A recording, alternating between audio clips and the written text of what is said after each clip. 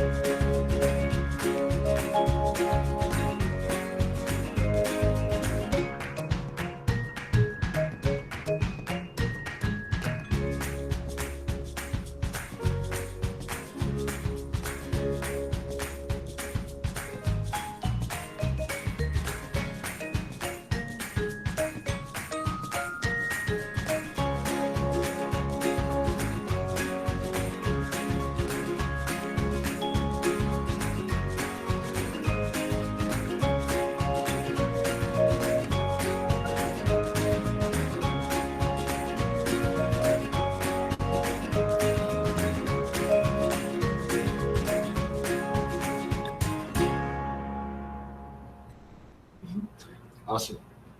We didn't know Ms. Chavera had those type of moves, so that was we like that. Okay, so obviously some of those just kind of takes you through a progression of students coming in into the building and kind of working through the day. So I'm just going to kind of go through some of these and kind of talk hopefully about some of the things you might have questions about also. So obviously our students arrive in the morning, and this year it's we started the year at 7:40, but our arrival time is now 7:30.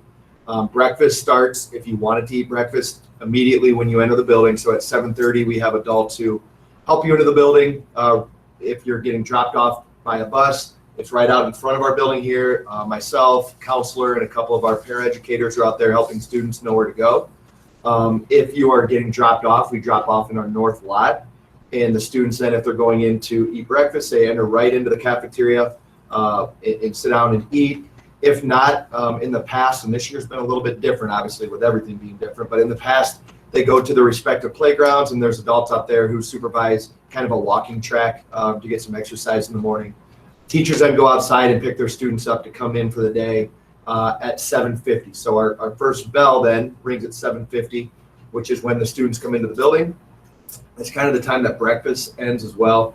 And then at 8 o'clock is our bell, which would be tardy bell. So after 8 o'clock would be tardy. So we have that 10-minute window when everybody comes into the building and gets settled into classrooms. But the 7:30 drop-off is when you can actually drop off your student or when the buses start to arrive. So we'll talk a little bit more about the busing and stuff as we move through. And a simple thing with the busing, you are automatically routed if you live, I think it's 1.5 miles now, Ms. Jen?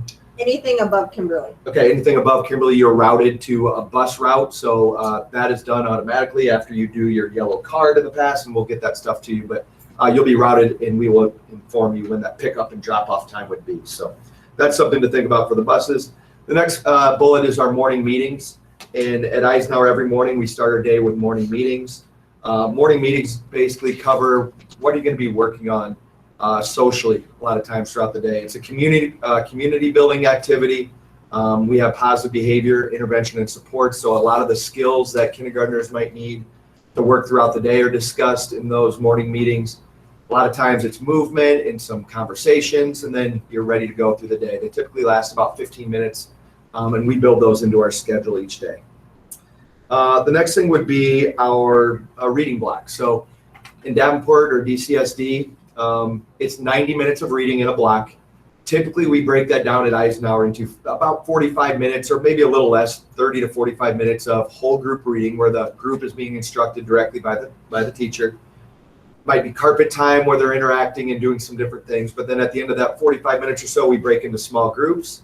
And the teachers then put students through small group rotations where they're doing different skills based on what they need. So they'll rotate through with the teacher each day. And that happens, like I said, for 90 minutes. There's actually a 30-minute, and for kindergarten, it's more like 20, 25 minutes of writing time. That's on top of that. And then we also layer on something we call interventions, which is talked about a little bit later in another bullet. And those interventions then are what we're doing is taking the core curriculum, which we're teaching in direct instruction, and we're kind of taking it a step further for the students who aren't quite getting that standard and what do they need. So then we start layering on some of those interventions and supports for different levels of students, because obviously, as you know, coming in, we're going to have all levels of students who are achieving at different levels to start with, and that's what our teachers, who are amazing, are trained to do, is take all those levels, differentiate, and find out what they need. So that's kind of what that reading block looks like. The math block is very similar. It's 60 minutes of math. We have 15 minutes of something we call number talks, which is into our schedule, and it's basically breaking down number sense. So teachers will sense what it is that students are needing during the day, and they have an extra 15 minutes where they're basically talking about math and number sense. Then we also have a 30-minute intervention for math, which is similar in structure to our reading intervention, where we're taking those different levels, instructing them at where they need, and then moving them forward in the standard. All right. Next would be social studies and science. We split that back and forth on a day-to-day basis, and at different age levels, it's quarter to quarter, but right now it's been day-to-day at most levels. So that's another piece of the curriculum that we talked about there. The social and emotional learning, Ms. Child's going to talk about that a little later, but one of the biggest parts of kindergarten is that social emotional learning. Learning what it's like to be in a big group of people and to get along with each other and what those skills are. So 30 minutes a day on every Wednesday, we have something we call Second Step, which is a progression of lessons that really take you through what it is that a kindergarten student might need. First, second, third, fourth, fifth, and sixth all have these lessons too. And we also build a lot of that social emotional learning into their morning meetings. And the more we've been doing this, the more we see the need to build those social emotional learning lessons into every part of the day. So in math and reading and social studies and science, what are the things we need to do that kind of apply the skills we've been learning to really make kindergarten not only learning for academics, but socially and emotionally too. So we do build that in quite a bit, and that's very big push in Davenport right now, and I think it's well worth it. Recess and lunch right now, the students have a 30-minute lunch, and they also have 2 separate recesses throughout the day. So they're going to have 2 recesses, one built into the morning, one built into the afternoon, and lunch kind of surrounding that, taking into consideration the need for them to have breaks and the need to have movement throughout the day. And then we also build, which that next bullet is, the specials rotation. So they will have art, music, and PE, one of those every day. It's a 3-day rotation, so obviously you'd have, say, art 2 days a week, music 2 days a week, and PE one day a week, and then the next week you would flip it, so you'd have PE twice and then music twice and art once. So that just repeats itself. Those times are tip last year it was 40 to 45 minutes. Right now we're at about 35 with 6th grade now in our building for the first time. So that's something to look forward to next year. And then obviously the need for collaborative play. Oftentimes at the end of the day during social studies and science time, it fits right in that community building and learning to apply those skills you're learning throughout the day in small groups. So that would be collaborative play. We do that throughout the day in kindergarten, built around our science, social studies, math, reading. Some other things that they might look forward to next year, and some of these things, like I said, this year we just haven't been able to do because of the pandemic and some of the restrictions. But junior achievement, library lessons will be scheduled with Mr. Reagan, our librarian, where they come and check out books. That's one of the favorite times they have. Ms. Child does counselor lessons where she visits and has a curriculum that she's working on with those students. Assemblies, which we have not been allowed to do this year, but we'll be back full blow next year. This year we've been doing virtual assemblies and presenting those, so we have another one next week. Visiting artists, study trips, the intervention block, which I talked about, and then the talent and development group. So we have TAG in Davenport, which is talented and gifted. The TDG is basically kind of the developmental groups as they build up into more of the 3rd, 4th, and 5th grade. So our TAG teacher would pull students at times in small groups and just do some lessons, or push in and do some lessons too into classrooms. Okay, so kind of flew through that day in the life. But if you did have questions, like I said, throw it into the chat, and I know Ms. Jen's been looking and writing some things down, so we will get to that next. And speaking of Ms. Jen, I'm going to turn it over here to her so she can do some paperwork.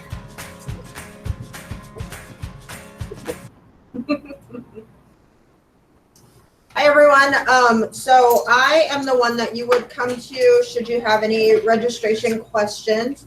We're going to start with kind of what you need, how you get it to me, and then just kind of your requirements on enrollment. The age minimum is 5. That is a state requirement that your student must be 5 on or before September 15th. There's no leeway in that. So be sure, but that is just the minimum, and we'll talk about more of that later. Online registration is required for all families coming into Davenport schools, whether they're returning or new kiddos. You will go to Parent Portal if you're a returning family, and you can do registration now for any returning students and then add your kindergartner in if they were not in already due to being in one of our children's village preschools. But for new families, you're going to go to davenportschools.org and click on the online registration link and complete that for new families. Every kindergartner will need these things, no matter if you're a returning family or not. Proof of birth, birth certificate, baptismal record, passport or visa, immunization record does work for proof of birth, and then any adoption or legal paperwork for placement would also work. Proof of address is required in the form of utility bill, mortgage statement, lease, or rental agreement. It has to be something tying you to that address.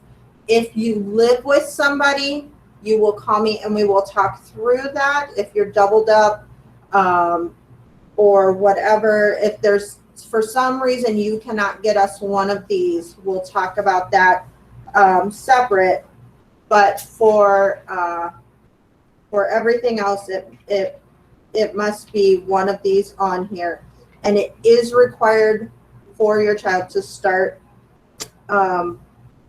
Due to boundary issues, we currently accept Eisenhower families, and then if you are looking to transfer in, those are decided from downtown. We have been full a lot in the every year I've been here. So we want to make sure that our families are getting enrolled and getting all their stuff in, so there's no possible way that you guys would be sent out. Proof of immunizations, those can be whatever the current proof of immunization is. You do not have to have your 5-year shots on there. If you want to get those to us, that will allow your student in.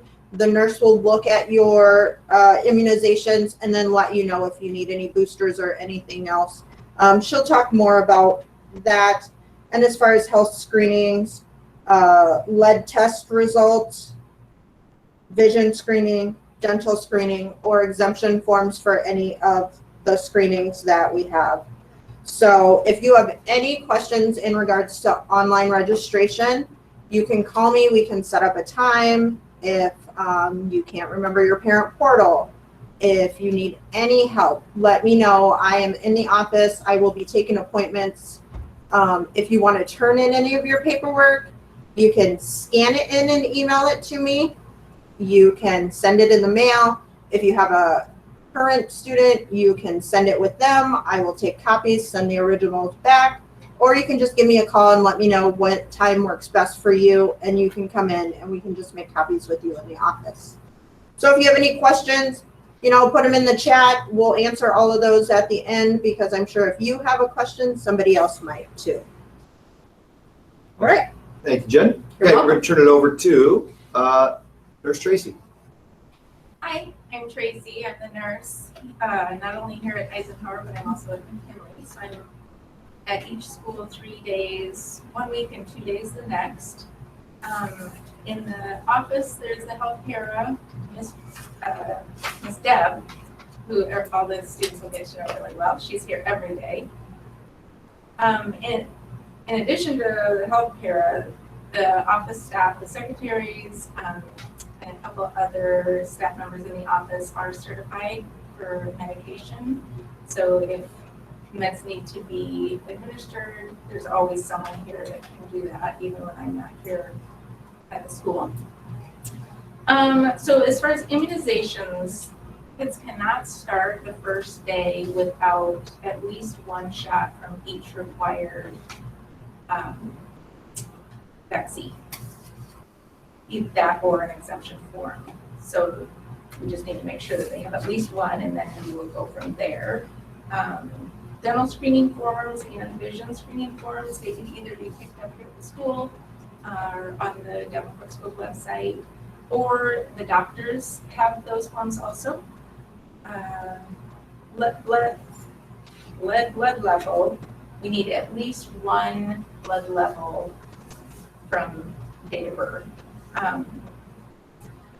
We strongly recommend a physical exam. Those screenings and that blood level can be done at their physical exam, so that would just be all done in one spot. Health conditions, if your student has any health condition that we need, especially that we need to know about here at school, that is filled out when you do online registration. There's a form on there that's filled out. If there are medications that they need to take while they're here at school, we have to have a doctor's order for that, as well as signature from parent. We need a parent to bring that medication in. We cannot have you send it in with students, so you do need to bring that medication in. It has to be in the prescription bottle with the order on the prescription bottle. In screenings, vision and dental, if those are not done before starting school, those are screenings that we can do here at school. The nurse can do that. And we can get you more information on that if you have questions. If screenings at school is something that you do not want your student to be part of, just call the school or write a letter and let us know that. Allergies, that's something else that you'll list under health conditions on online registration. And in regards to allergies, please don't send treats to school for birthdays or parties or whatever without checking with the teacher or someone in the health office to make sure that there are no students in the classroom that have allergies to anything you might send in.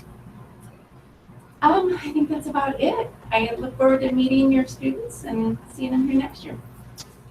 Thank you, Tracy. Okay, we're going to move forward. Our other Miss Tracy in food service cannot be here, so Miss Jen's going to take this part really quickly about food service. Yeah, we did put a picture of her up there. She's wonderful, and she gets to know every single student, and she's amazing at what she does. So I am just a temporary replacement. She wanted everyone to have her phone number. If you have any questions, give her a call. So we put that up there in the slide for you. Every student has an account, and she suggests that you put maybe like $5 in there to start them off with the year if they're not going to be eating lunch all the time. That way, should they forget their lunch at home, or should they bring a lunch and forgot a milk, just something that covers that. Whether you get meal benefits or not, $5 is a good amount to have in there, and we would let you know when your child used that. For breakfast, it's $7:30 to $7:50. If a kid is running late, she is amazing at making sure every student gets breakfast. So give us a call if you're running late, and we will make sure to save one for them.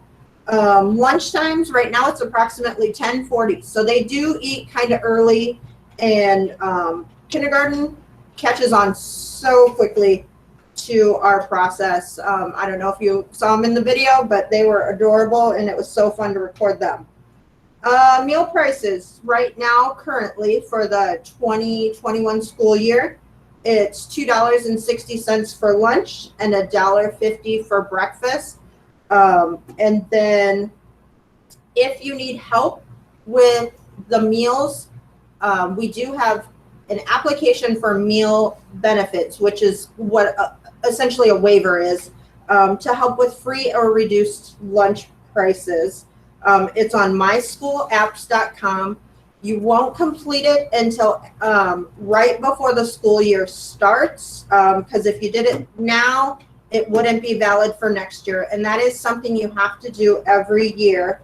That is on our food service page under Davenport Schools. Payments are accepted. Kids will bring me money in the office. They'll take Miss Tracy money in the cafeteria. They'll give it to their teacher, and their teacher will ultimately get it to us in the office or Miss Tracy. Or you can pay online at myschoolbucks.com. This is a service that not only can you put payments on there, but you can check balances as well.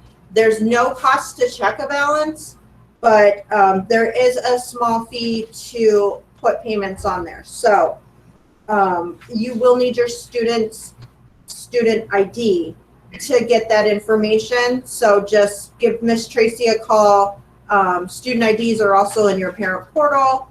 You can also give us a call and just say, what's my kid's student ID?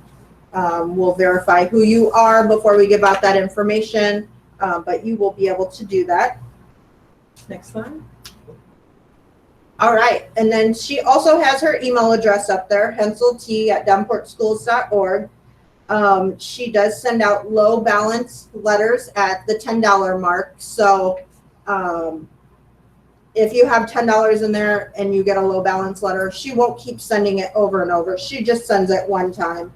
Negative balance letters will go home should a student's account fall under. And then she will also make phone calls. She's very good. And the kids will still be able to eat if their account runs in the negative. If at any time anything changes in your situation where you will then need to apply for meal benefits, just give her a call. She's amazing at helping you get through that. We do send menus home in backpacks, and it is always available online. It's, again, under Davenport Schools, under food service, and then it's really big. I think it says meal viewer or something like that. Food allergy table is cleaned between every lunch, sanitized. It is a different table from where all the other students get to eat, but they're not eating by themselves. They do have other students there eating with them. It is no nuts, no fish, no eggs, and no fast food. So we like to keep that as safe as possible for our students because their safety is most important in the lunchroom and everywhere, but we do not want to have any cross-contamination whatsoever. Anything else you guys have to say about the lunchroom? What's the question about sharing accounts? We'll get that answered. Can For siblings. No, every student will have their own account. So if you need to transfer money, you can call Miss Tracy, and like one kid never eats lunch and has $20 and one's down to $2. She can probably move a couple bucks over before you can get stuff in. So yeah, everybody has their own account. Awesome. Thank you, Ms. Jen. Okay, I'm going to hand it off to Ms. Lyon, who's going to talk about our Dcsd curriculum. All right, hello everyone. First I'm going to talk about reading. We use a curriculum called Wonders for our daily reading and writing lessons. Kindergarten teachers also use something called Letter a Day, and this helps students learn how to read and write the letters of the alphabet. Phonemic Awareness is also key in kindergarten. This is the ability to identify and manipulate individual sounds, and we use a program called 95% Group to help deliver that instruction. And then finally, Lexia is a differentiated computer program for students of all abilities. And there's both instruction on the computer and there's also teacher-led lessons that they can use with the students. The main curriculum resource for math is called Envision. And the students will be learning about adding and subtracting numbers between 0 to 20 and also learning to count to 100. ST Math is our online math program that uses pictures and our friendly penguin Gigi to help engage the students. And then we also have the teachers doing number talks, and those are to help build number sense through collaborative conversations. So for science, we have something called Project Lead the Way, or PLTW, and students are able to explore and engage in learning that feels like play, and it also brings learning to life through real-world problem solving. And as the students do these hands-on activities, they can become problem solvers and ready to take on many challenges.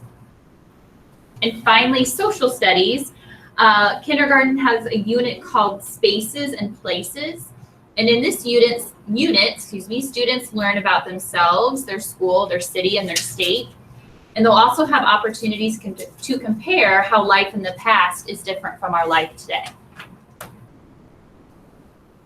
And Ms. Lyon had just talked a little bit about how that curriculum kind of builds into standards. And in Davenport, we have standard-based report cards and standard-based learning. So to explain standard-based learning, I was thinking about when I was in school, which is a long, long time ago, and you would look and the report card would say reading, and then you'd get a plus or you'd get a minus. Well, standards-based now takes all of those things that would fall underneath reading, and it kind of lists it in terms of what are the skills that are required to be a good reader.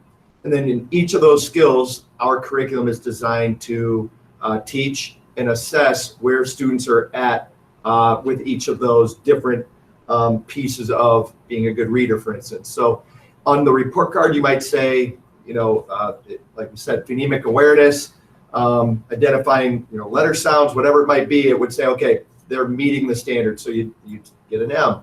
Or they're progressing, which means they're making progress towards meeting the standard. So traditional report cards are kind of not a part of what we do, but that doesn't mean you're not going to see a very good report of the progress that your student is making. So as you move through the year, you'll see that standard-based reporting will be coming home. So I'm not going to click on all these different sites here, but if you did want to take a look and dig deeper into the Iowa Core, what everybody's teaching, obviously just type in Iowa Core. You have that website. For us here, they have all the reporting standards in all the science, social studies, and math. I'm not going to dig into that right now, but obviously if you did have questions on that, please feel free to share it with me, and Ms. Lyon would be happy to answer those questions together and give you any more information that you might need. Okay, we're going to move on to specials. So this would be, like I talked about earlier, art, music, and PE.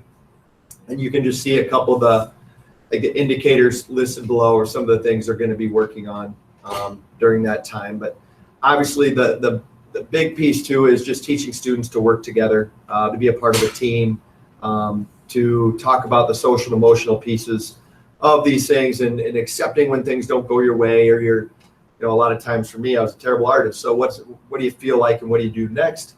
And some of those things are tackled with our social emotional learning. But these specials are a great opportunity to explore some of these different things and they'll do so on a daily basis. Okay, Mr. Hanson, our tech innovator, is going to handle just a little bit of the technology. All right, hello. My name is, as I said, Noel Hanson. I'm the tech innovator here at Eisenhower and at Williams Junior High, so I go back and forth. One-to-one technology means that every student gets a Chromebook that they use for the year. Currently, we started this year because of the pandemic, we started going 24/7, meaning the students take them home and they charge them at home and they bring them back to school. The learning platform that we use is called Seesaw, and this is where teachers can post assignments and students can post their work. And it's also a great portfolio to collect student evidence of their work and their achievements throughout the year. We also use what is a blended learning model, where students would be working on Lexia or ST Math at their desk, and the teacher would be working one-on-one or in a small group with those students. So they play a major role in collecting work and having the students progress through reading and math. So to kind of add on to what Mr. Hanson was stating too, this year was, and actually within the last month, we've kind of finally developed the way to deliver virtual learning. So throughout the pandemic and even into last year, we had a really good model that was moving forward. But now we're able to deliver that during weather days and days where we might not be able to be in school. So We've seen that real need for taking those Chromebooks home for many. Now that we're moving into the warmer weather, it's not as much a necessity, but we do know that there are students who don't have access to some of these technologies at home. So we're really hoping that it's going to continue where we're allowed to send these Chromebooks and things home to finish up work, not only at school, but then when they get home. So that's something that we're working on. And then obviously, just if Mr. Reagan was here, he'd be talking about the safety with the Chromebooks and taking good care of them physically, but also understanding the internet, which leads us to a lot of the lessons that he delivers on being good citizens online and what that looks like. So with that technology comes a lot of responsibility anymore, and that's something that Mr. Reagan and our team takes seriously and delivers a lot of lessons based on that. So they'll kind of work through that technology part. As we look forward now, this slide talks about what it's going to be like when we're actually testing our kindergarten students who come in next year.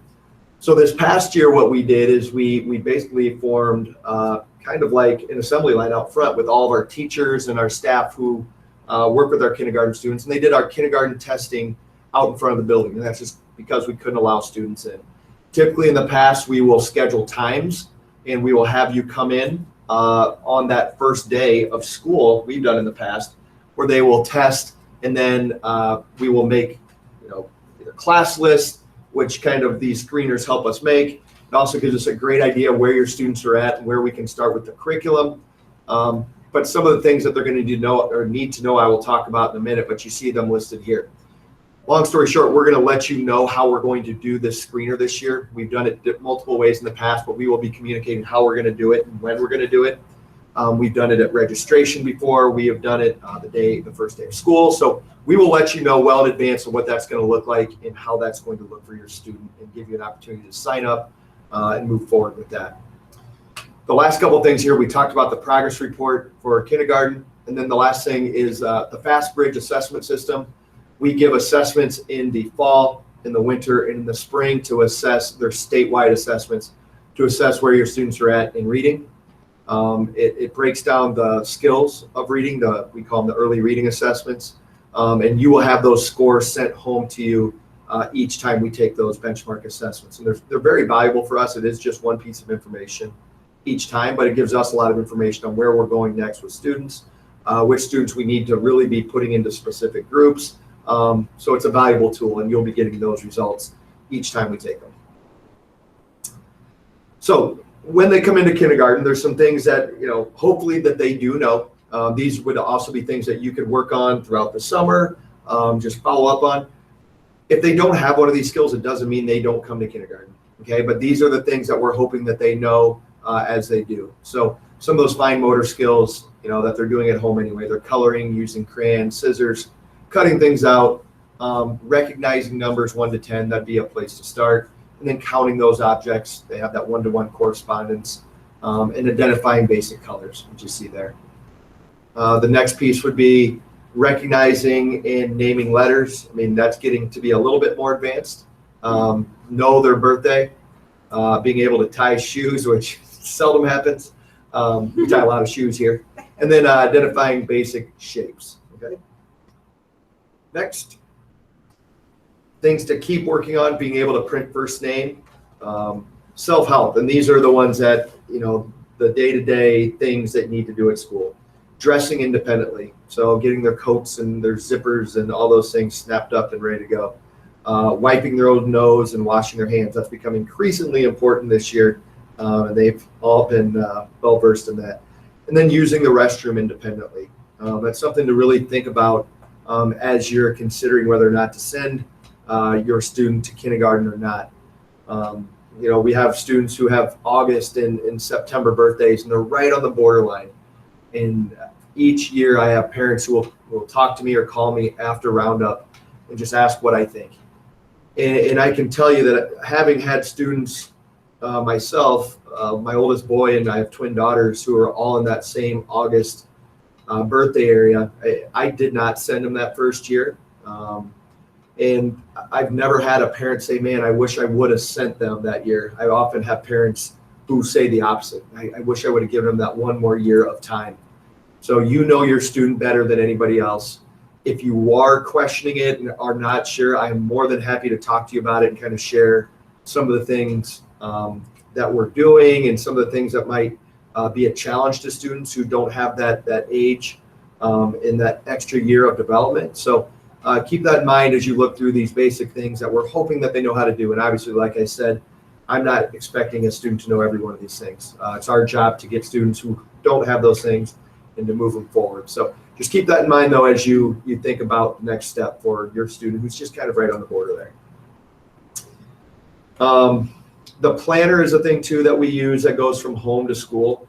Our teachers in kindergarten actually, they don't use it to start with. Our kindergarten teachers use Class Dojo most often, which is like an online app basically where you're communicating day to day. They show you lessons, they can take pictures and show you what they're doing at school. It's a great communication tool. So most often our kindergarten teachers are doing that. And then our planners come when the fourth quarter, they start using planners to kind of move them towards next year. So keep that in mind as we move forward. Okay, Ms. Child, I tackled some of those things. You're next. All right. Hello, for those that do not know me, my name is Shannon Child, and I'm the school counselor here at Eisenhower. This is my 3rd year at Eisenhower, but it is my 13th year in the district. So I'm happy to be here for my 3rd year and get to know some new kindergartners as they come in next year. I'm going to go over a little bit more about some of the social skills and the emotional piece for our incoming kindergarten students. The first one on here says, easily can say goodbye to a parent or caregiver and be ready to learn. And I know some days are definitely better than others. With my own children, I have a 4th grader and a kindergartner this year. So I was in your shoes last year. And so I just wanted to say some things that help make that a little bit more easy for you and for your student is just maintaining a routine. Especially in that morning time, but also it kind of starts the night before, making sure things are packed up and ready to go. If they're having, a lunch or their backpack and things are all ready to go by the door, clothes laid out even, and then making sure they're getting to bed at a good time so they're getting enough rest. So that routine starts the night before and then that morning as well. Making sure that you do kind of a quick goodbye so that it's not like a lingering thing, because that tends to make it harder for some of our little ones that have a hard time saying goodbye to mom or dad or grandma and grandpa. I love you, have a good day, goodbye. And sometimes we know there are tears and it can be difficult, but if you're having a really hard time, let the office know. You can give a call in. All of us have kids here, so we've all been in your shoes. I've handed off my own kid kicking and screaming, not wanting to go to school. But I know as soon as that transition happens, and usually after mom or dad or the caregiver's kind of out of sight, they usually turn it off pretty quickly. I've never had a student that's ever stayed upset for a long period of time, like I would say past 10 minutes. And if ever there was a time, we would always call you and let you know. But typically I call and let them know, hey, they're settled down, they're in their class learning. I will say, Mr. Martin, that this year, since our drop-off is a little different in the morning where people can't come into the school or walk up as far, I have dealt with fewer tears and upset kiddos. And I think that's because it's been like a set and strict hard goodbye before they even get to the door or inside the school. And that's actually made life easier for both the students and the parents. But again, call us if you're having a hard time. And Ms. Jen is good about locating us and getting us out there to help you. Also, it says next about using words to communicate. Since they're little, they're still developing that vocabulary and that language. It's okay to help give them the words that they need to use. So I know sometimes with my kids, when they're frustrated about something, maybe they can't get something open. It's kind of like and they're throwing a bottle at me. And that's a time where I would have to give them words to say, oh, do you need some help? Maybe you could say, can you help me open this? And we have to actually give them their words because they aren't just born with them. They are learning them from us. So making sure that we're helping them with that vocabulary and those language skills, because that's going to help them when they get into the school instead of using their hands or their feet to communicate their needs or what's going on in their feelings. They're going to be able to use it with their words. Also, it says listen and follow 1- and 2-step directions. Those are the simple things like one step would be, hey, go ahead and take your shoes off. Then practice taking it the next step. Take your shoes off and put them over by the door. Or hang up your backpack and take off your coat. Just practicing those simple 1 and 2 step directions will help them be a little bit more prepared even when they get into the classroom, when their teachers start giving them more directions and things that they have to follow. It also says about getting along well with other children. Some of your students might have siblings that they're constantly either playing with or maybe arguing with. Maybe they have cousins. Maybe they have been around other children. Maybe they haven't. But some things that I think about in terms of helping kinders get ready for school as getting along with other children are taking turns, sharing, and then also if your little one is playing with someone else, whether it's a sibling or neighbor or playmate, it's okay to give them a little bit of time to try and work things out on their own, because that's really important. That's empowering to them. It's letting them use their creative problem-solving skills, obviously as long as they're doing it in a safe way. But a lot of times I know parents are quick to rush to try to kind of rescue what's happening, but it's okay to let them work through that with the other little one as well. So going in a little bit more to the social emotional learning, one thing I didn't mention when I said who I was is how I see your students throughout their days here at Eisenhower. I see students in a classroom setting, small group setting, and sometimes one-on-one as needed. Each month I've been going into the kindergarten classrooms and doing lessons that focus on their skills for learning in the classroom, empathy, emotional management, and problem solving. And that actually ties in with the same themes that are taught with Second Step that Mr. Martin mentioned. But Davenport Schools ties all of that into what is called CASTLE. That's the Collaborative for Academic and Social Emotional Learning. And it breaks down all of those things that I kind of mentioned that Second Step in my lessons cover, but in just some different verbiage or vocabulary there. And they're listed on the screen. But I wanted to let you know that sometimes a student might also participate with me in a small group, and that could be just a little bit more skill building if they're needing to work on that turn taking or following directions.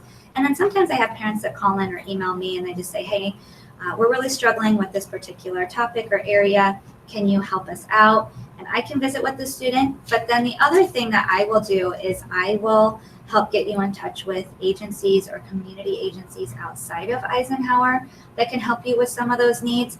And we also have a school-based therapist here as well. So if I feel as though your student might need a little bit extra support or maybe another piece to that social and emotional learning, I would recommend that person to you as well. So I'm gonna go on to the next slide. This one, I kind of was looking at these. I was like, Mr. Martin, do I gotta talk all about these details here? But I'm gonna put it into words that make sense to me and hopefully to you as well. Basically, when I look at this, it talks about social and emotional learning in the center of each one of these circles. But it's not just something that can only be taught at home, that can only be taught at school, that can only be built in the community. I think of it as each layer adding in a piece to that puzzle. And so, as I mentioned, I will definitely help you get in touch with those community pieces. But as far as what you can do at home with helping support SEL as they move forward into kindergarten and beyond is just making sure that you're using some of that language with them and bringing up that piece of emotions. It could be while you're reading a book and asking about the characters in the book and how they might be feeling and how they know that. You know, what would you do? Again, having them think about that. It could be during a game. So even if they don't have other kids to play with in your home, you could play a game with them. And you can let them lose sometimes too, which I know as a parent is really frightening because you're not sure how they'll go. But then talking them through how they can handle themselves when they're upset maybe and frustrated at losing a game. So I think that's all I have on SEL. Oh, there's one last thing. On the Davenport, if you guys don't have access to this link right now, on the Davenport webpage, they have a great guide on there. It's the SEL Family Learnings Guide, and they have linked in a whole bunch of different resources and just information in regards to what would help your student in that area. So that's all I have. Thank you, Ms. Child. Okay, Ms. Moore. Good afternoon, everyone. I am very excited to meet your incoming kindergartners, and it is such a magical time for sure. I'm just going to briefly go over our school hours, and they're very uniform across the district for the most part. Our office opens at 7 a.m., so if you need to call in a student absence for the day, you can do it at that time. Students may be dropped off starting at 7:30, and that is when our buses begin to arrive as well. They start beginning to arrive around 7:30. Students can be dropped off at 7:30, and we'll talk a little bit more about our arrival and dismissal procedures later on in the year. The student day begins at 8 a.m. Our dismissal bell is at 2:50 p.m. And if you are trying to get in contact with anyone, please do that before 3:30 p.m. Then our office is closed. All right. And then the other piece that I wanted to talk about is a great program that several Davenport buildings offers for after-school care. It is called Stepping Stones. And if this is something you're interested in, it does fill up pretty quickly here, so get on that right away. Registration begins in July. It is based on a first-come, first-served basis. And the hours are from the end of our school day, so 2:50 until about 5:30 p.m. And there are some times during the school year when it is not in operation, and that happens on our two-hour early dismissals, and we have a few of those each year. And if you have any more questions about their fees or kind of some of the structure of the daily programming after school, you can visit their website or give them a phone call. That number is at the very top of the slide. And they can talk to you about the fees that they assign and some of the structure of their daily programming. But they always do fun things and work on some homework. And it's a great structured program to have your kids in if you're interested. Thank you, Ms. Moore. Okay, we've got through our presentation. I think we've been looking at the chat, but I don't see anything. We did miss Yeah. one, drop-off time if they are not eating breakfast. So yeah, that would be anytime after 7:30. So if you drop off at 7:30 and they're not eating breakfast, it would just be longer outside. When it's cold, under 15, we bring them inside. But until 7:50, we don't let them in. So that's kind of up to you. The closer to 7:50 you drop them off, the less time they have to wait outside. Although now we have 6th grade in the building, and our drop-off line has been longer because there's less kids taking the bus with the pandemic. I foresee that changing again next year and people being back on the bus. But yeah, 7:30 is a drop-off time for any student. Okay. I want to say hi to all the little kiddos that have joined us today. You guys are amazing through this long presentation. Hi, Dax. And we were going to go so much quicker, but Ms. Moore talked so much that we couldn't get it finished on time. We went way longer than usual, so. Sorry, Ms. Moore. Okay, if there are no other questions, which I don't see, please feel free to call up to the building and ask if there's something that you forgot to ask. Let me or Ms. Jen know up here, and we will take care of it. But like Ms. Jen said, super excited to see everybody next year and get underway. So look for more communication from us about when the kindergarten testing will be and what the procedure will be for that once we know a little bit more about what the district's going to allow us to do. So thank you, everybody, for joining. Hope you have a great rest of the day.